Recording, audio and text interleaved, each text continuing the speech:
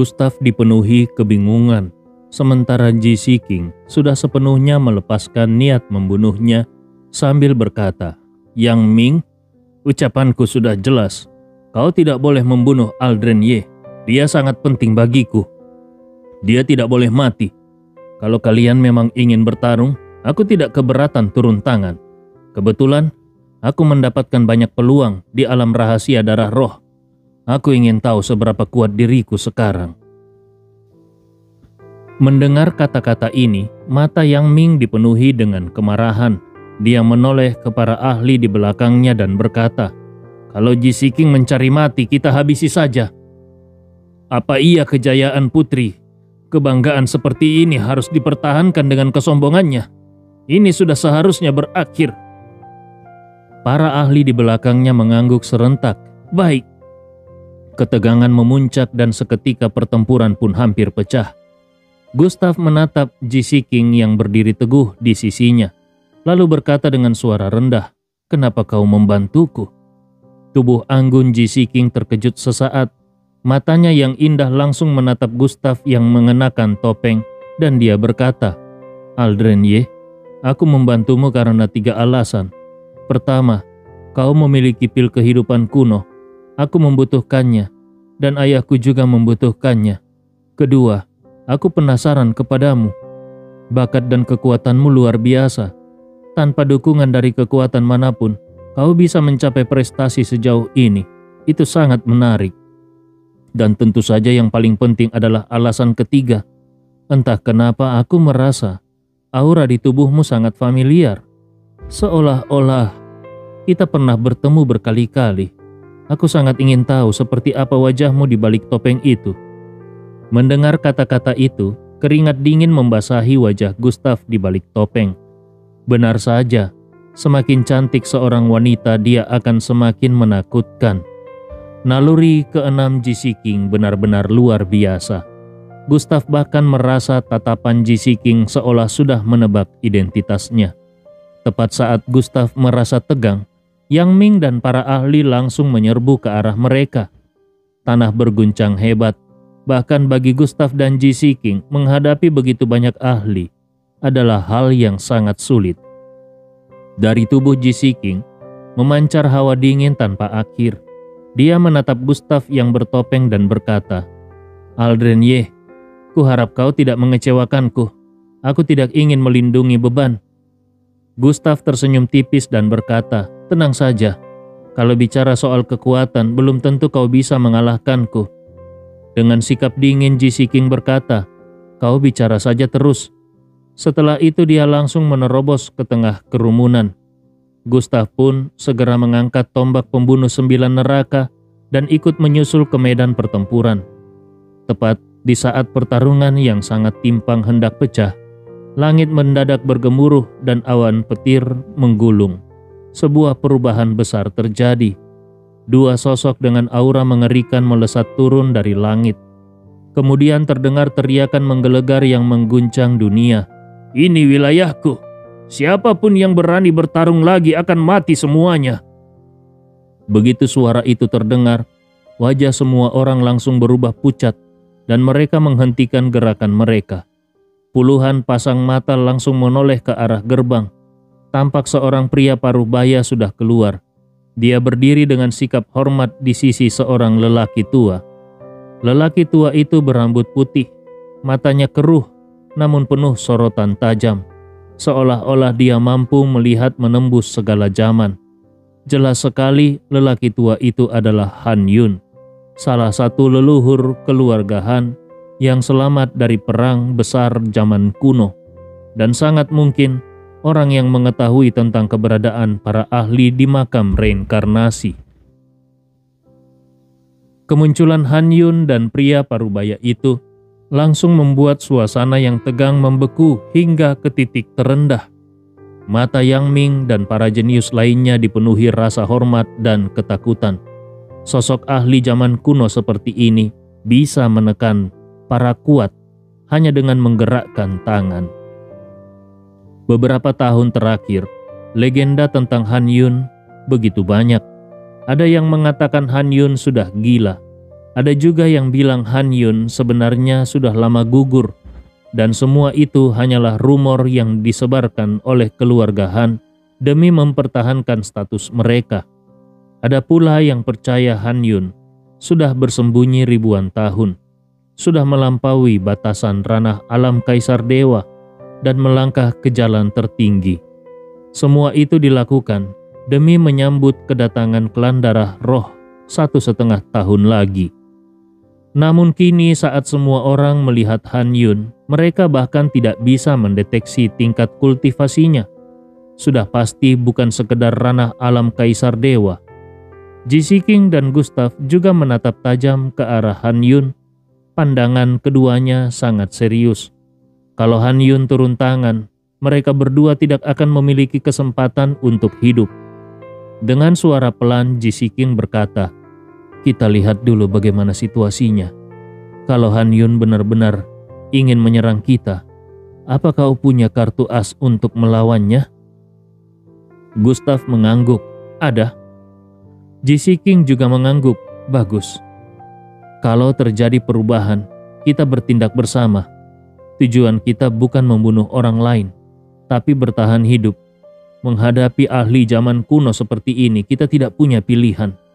Meskipun prosesnya memalukan, tapi kalau bisa bertahan sampai akhir, itu adalah sebuah kesempatan." Pada saat yang sama, pandangan Han Yun jatuh pada gerbang utama. Darah segar berceceran membuat siapapun yang melihatnya merasa ngeri. Sudut bibirnya berkedut.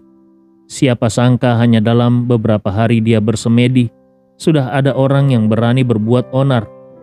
Amarah tidak terlihat menyapu segalanya, dan aura mengerikan itu membuat raut wajah pria paruhbaya di sampingnya berubah drastis. Hati pria paruhbaya itu tercekat.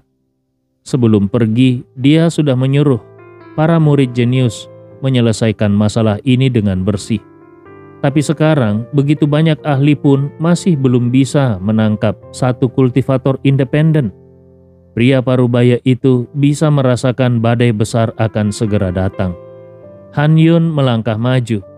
Tubuh tuanya memancarkan kekuatan dahsyat, dan dengan suara marah dia membentak, "Kalian para sampah, apakah kalian tidak tahu apa artinya merusak gerbangku ini? Semuanya berlutut dan bersiaplah untuk mati." Begitu kata-katanya jatuh, suara itu meledak ke segala penjuru seperti angin badai yang menghancurkan segalanya, dan gelombang kekuatan yang mengerikan langsung menghantam jiwa semua orang di tempat itu. Yang Ming, Zhou Yan, dan sebagian besar orang di sana langsung memuntahkan darah segar. Siapa yang sanggup menahan amarah dari ahli ranah alam Kaisar Dewa? Apalagi ini adalah ahli zaman kuno. Kekuatan suara itu terus menyebar. Yang Ming dan yang lainnya merasa seolah-olah sebuah gunung besar runtuh dan menimpa mereka. Sungguh menyiksa. Para murid jenius yang dulunya penuh arogansi satu persatu langsung berlutut dan berseru, "Senior Han, mohon ampuni kami." Puluhan sosok bersujud di tanah. Mereka yang sebelumnya begitu sombong, kini di hadapan kekuatan sejati, mereka hanya bisa menunjukkan kelemahan. Saat itu juga, dari sudut bibir Ji King muncul darah merah cerah. Dia berusaha membentuk formasi untuk menahan tekanan itu, namun dia segera menyadari kalau itu mustahil. Di seluruh tempat itu, hanya 3 orang yang tidak berlutut: Gustav, Ji King, dan Ye Luo. Gustav tentu bisa merasakan betapa mengerikannya kekuatan suara itu. Kalau tidak tunduk, tekanan dan gelombang suara itu bisa membunuh secara tak kasat mata. Dia menoleh pada Ji King dan Ye Luo di sampingnya. Keduanya bertahan dengan susah payah, tapi wajah mereka terlihat pucat pasi. Han Yun pun terkejut melihat masih ada 3 orang yang tidak berlutut. Namun dia segera menyeringai dingin di dalam hatinya. Anak-anak rendahan seperti ini, apakah mereka pikir kesombongan dan harga diri mereka bisa menandingi segalanya? Di matanya Gustav, Ji Siking, dan yang lainnya hanyalah anak muda yang berpegang pada harga dirinya. Suara tua Han Yun kembali bergema. Kalian yakin tidak mau berlutut? Memang bakat dan kekuatan kalian bisa dibilang tidak buruk. Tapi kalau kalian benar-benar memilih untuk melawan, akibatnya akan sangat fatal. Tubuh dan jiwa kalian akan lenyap dari dunia ini. Selain itu, aku paling tidak suka orang yang menentang kehendakku. Nada suara Han Yun dipenuhi kekuasaan mutlak yang tidak bisa dibantah. Itulah kekuatannya sebagai eksistensi dari zaman kuno hingga saat ini. Alis Ji Siking langsung berkerut dingin. Seumur hidupnya dia paling muak dengan tipe senior seperti ini, menindas yang lemah hanya karena punya kekuatan. Maka dia pun berkata, "Senior Han, aku pernah mendengar kalau kau ikut dalam pertempuran besar zaman kuno. Aku selalu mengagumimu, bahkan selama bertahun-tahun. Aku berlatih mati-matian karena menganggapmu sebagai panutan. Tapi sekarang aku sadar, aku salah besar. Perilakumu seperti ini. Apa bedanya kau dengan sisa-sisa darah iblis dari klan darah roh?" Begitu kata-kata itu keluar, raut wajah semua orang langsung berubah drastis. Tidak seorang pun menyangka Ji Siking berani berbicara seperti itu kepada Han Yun. Amarah Han Yun bukanlah sesuatu yang bisa ditanggung oleh orang biasa. Dan benar saja, raut wajah Han Yun langsung berubah saat menatap Ji Siking dan dia berkata, "Hanya dengan level sepertimu, tapi berani menyamakanku dengan binatang rendah itu? Sepertinya kau sudah bosan hidup." Dalam sekejap, tekanan luar biasa meledak dari tubuh Han Yun. Gelombang kekuatan seperti tsunami langsung menyapu ke arah Ji Siking. Ji Siking menggenggam pedang tipisnya erat-erat. Aura di tubuhnya naik ke puncak untuk mencoba menahan serangan itu. Namun akhirnya dia memuntahkan darah dan tubuhnya terpental jauh dengan sangat menyedihkan. Dia terlempar sejauh puluhan meter, lalu menghantam tanah dengan keras. Organ-organ dalamnya seakan hancur berantakan. Satu kali benturan, hanya satu serangan. Tapi Ji Siking bukan hanya gagal menahan, melainkan malah terluka parah oleh serangan balik Han Yun. Darahnya mengacau dan tubuhnya gemetar. Perbedaan kekuatan di antara mereka jelas sekali. Mereka bahkan tidak berada dalam tingkat kultivasi yang sama. Melihat pemandangan itu, beberapa orang tampak senang. Beberapa lainnya hanya bisa menghela napas dan sebagian bahkan merasa iba. Ternyata Ji Siking masih terlalu jauh untuk melawan Han Yun. Dia pasti mati. Apakah dia gila? Kenapa dia harus bersikeras sekeras kepala itu? Dengan bakat seperti miliknya, beberapa dekade lagi, dia pasti akan sangat menakutkan. Tapi sekarang dia jelas akan mati. Bagaimanapun Ji Siking dikenal luas sebagai wanita cantik di Gunung Kunlun. Bahkan beberapa dari mereka yang hadir diam-diam menyukainya.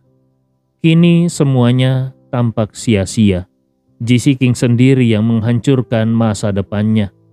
Suara Han Yun terdengar lagi. "Serangga kecil, kau tidak ada apa-apanya. Aku Han Yun tidak suka membunuh wanita. Tapi untuk wanita keras kepala yang tidak tahu diri sepertimu, aku tidak keberatan menghapusnya." Saat Ji Siking dengan susah payah mencoba berdiri, Han Yun mengayunkan tangannya dengan santai. Jelas dia tidak berniat memberikan Ji Siking waktu untuk bernapas. Tatapannya penuh dengan penghinaan dan ejekan. Ji Siking sama sekali bukan ancaman baginya. Siksaan sebelum kematian. Itulah ketakutan terbesar yang bisa diberikan kepada seseorang. Menatap Ji Siking yang perlahan berdiri, Han Yun mendengus dingin. "Ji Siking, apakah kau masih mempunyai jurus lain? Keluarkan saja semuanya. Seranganmu barusan jelas bukan kekuatan penuhmu." Han Yun ingin membuat Ji Siking hancur dalam keputusasaan dan membuatnya merasakan ketakutan akan kematian di tengah kehancuran batin. Han Yun ingin meremukkan harga diri Ji Siking dan menyobeknya hingga berkeping-keping. Dia berkata, "Kalau kau minta maaf sekarang, mungkin aku akan mempertimbangkan untuk memberimu kematian yang layak. Setidaknya membiarkan tubuhmu tetap utuh." Ji Siking menatap Han Yun dengan dingin. Rasa angkuh di hatinya masih belum padam. Dia bahkan tersenyum tipis dan berkata, "Aku, Ji Siking, seumur hidupku berkultivasi, mempercayai Dao, dan percaya pada kekuatan sejati. Tapi untuk kekuatan seperti punyamu, aku tidak akan tunduk. Perempuan pun tidak boleh kalah dari pria." Itulah Ji Siking.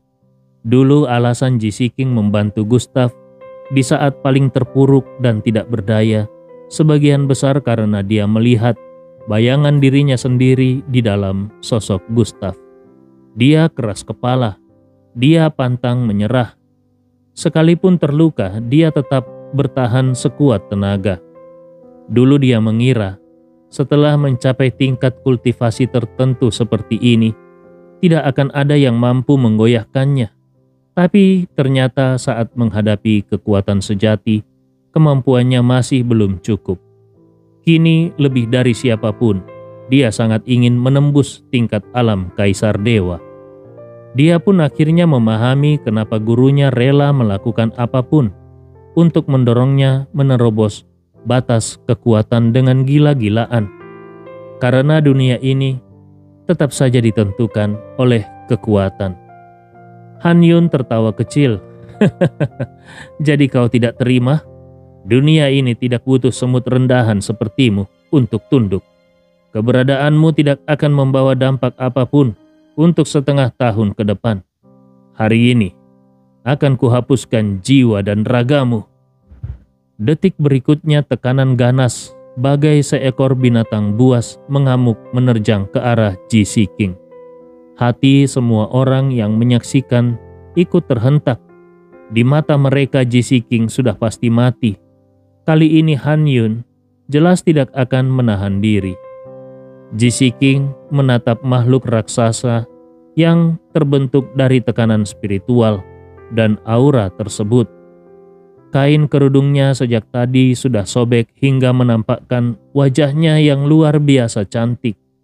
Ji Siking tahu kalau serangan ini tidak akan bisa dia tahan. Inilah tekanan sejati dari tingkat alam Kaisar Dewa, jauh lebih kuat dibandingkan gurunya. Ji Siking bergumam di dalam hatinya, "Apakah aku akan mati? Mungkin memang tidak seharusnya aku datang ke tempat ini. Aku tidak tahu bagaimana kabar Jilin sekarang. Kalau aku benar-benar mati, apakah dia akan hidup dengan baik? Dan si Gustav itu tanpa perlindunganku, mungkinkah dia akan ditindas lagi? Tidak, Gustav bukan lagi bocah lemah yang dulu selalu dibuli. Dia sudah tumbuh. Hanya saja aku mungkin tidak akan bisa melihat momen dia berdiri di puncak dunia." Setetes air mata jatuh dari mata Ji Siking. Dia masih belum rela meninggalkan dunia ini. Namun di saat yang paling gentir, air mata itu memantulkan seberkas cahaya. Dalam bayangannya dia melihat sosok seseorang melintas. Lalu seorang pemuda bertopeng berdiri di hadapannya, membela tubuhnya dari serangan itu. Ji Siking secara refleks membuka mulutnya lebar-lebar. "Aldren Ye." Dia berpikir Aldren Ye memang kuat, tapi kalau berbicara tentang kekuatan dan tingkat kultivasi, dia masih di bawahku. Apakah dia sudah gila? Dia mau menanggung serangan itu untukku.